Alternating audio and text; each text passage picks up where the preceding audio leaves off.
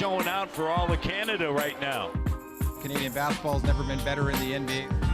There's been a big surge in Canadian players over the last 10 years. There are so many players playing at a very high level. How about it? The kids are all right.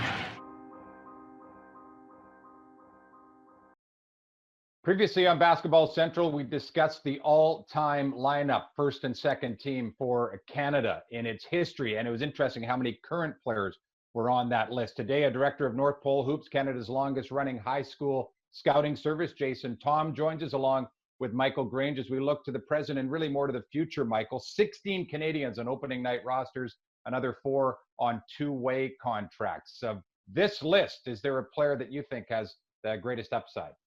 Tons of choice, tons of upside. If I had to pick one, it would be Shai Gilgeous-Alexander from OKC. He just has everything anyone is looking for in a lead ball handler.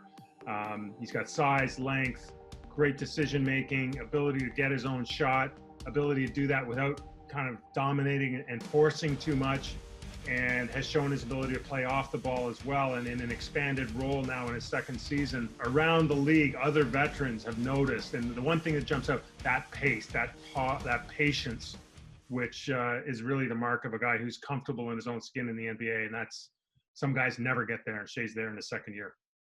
Tough to go against Shai, Jason, but who you got?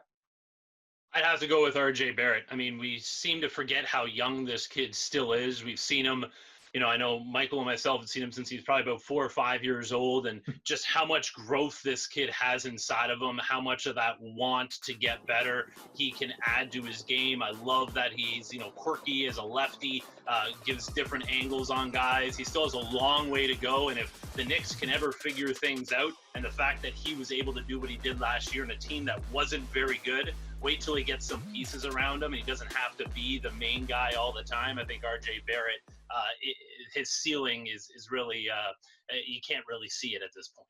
Well, let's go right back to you. This is high times for your organization, to be sure. So much of a landscape to choose from. Give us a name, perhaps, of somebody that the general public might not have heard of that we will very soon.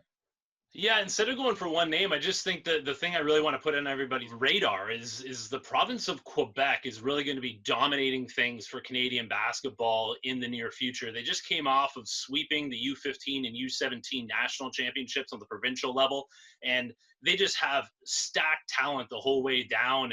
And there's some great names like a Benedict Mathurin who's going to Arizona, Jefferson Koulibaly, Washington State. He led Canada in scoring last year across the nation. Olivier Maxence Prosper is going to Clemson. And then I think the real big name for me is Karim Mané right now.